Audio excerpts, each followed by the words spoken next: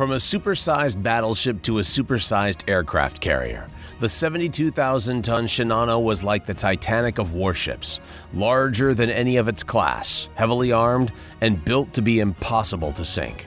And, just like the Titanic, it sank on its maiden voyage, just days after leaving the harbor. Japan built 3 enormous battleships during World War II. 2 of them, the Yamato and the Musashi, were sunk in battle. The third one, the Shinano, was halted halfway through construction. Building the Shinano was done in secret at the Yokosuka Naval Arsenal.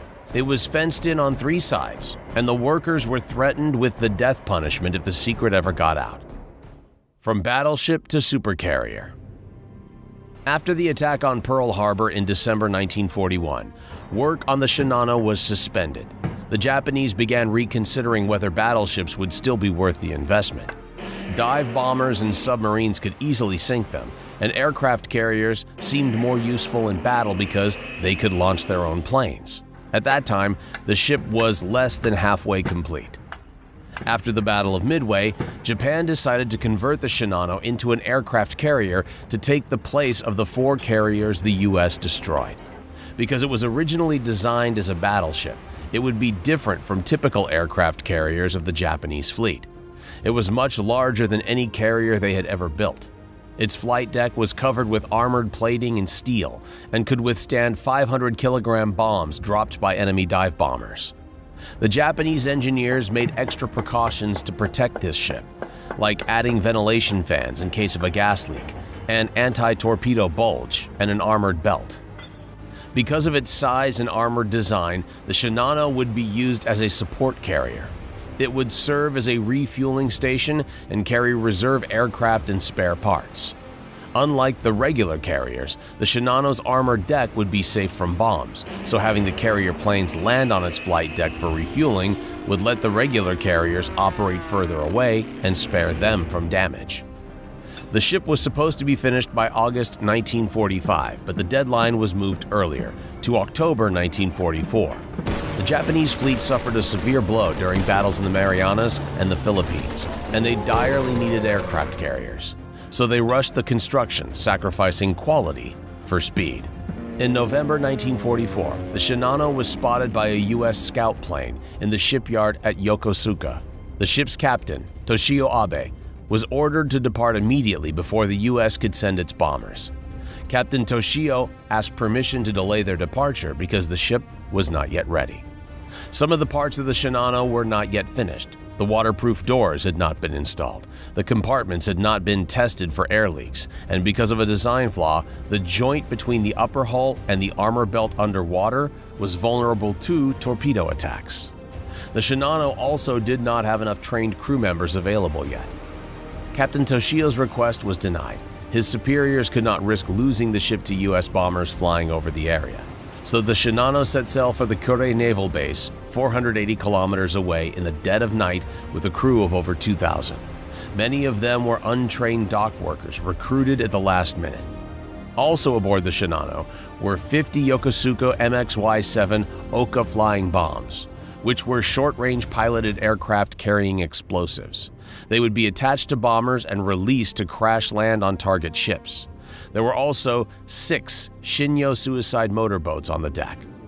The Shinano was escorted by 3 destroyers but had no air support to protect it from submarines. At Kure, the final fittings would be installed and the Shinano would take the flying bombs to the Philippines and Okinawa.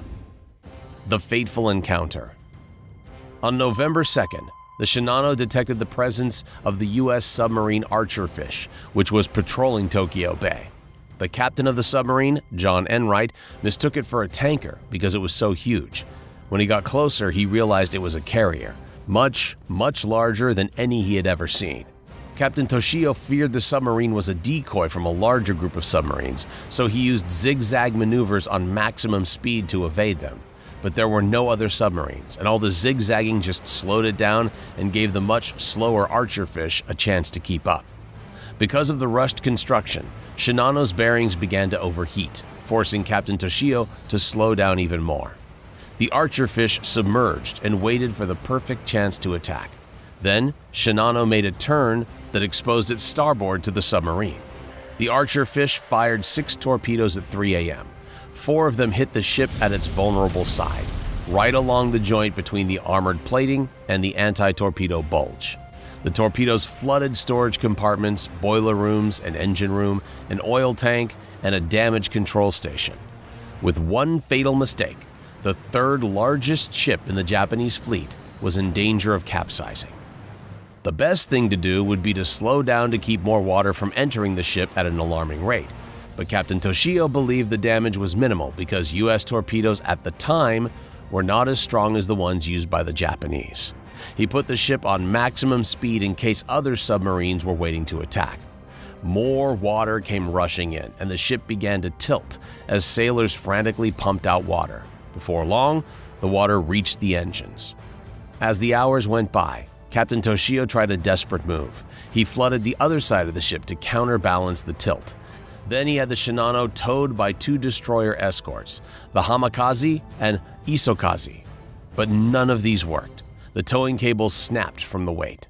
By 10 in the morning, the Shinano was tilting 30 degrees starboard.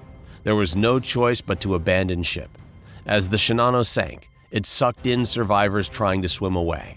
1,435 died that day, including Captain Toshio, who chose to go down with his ship.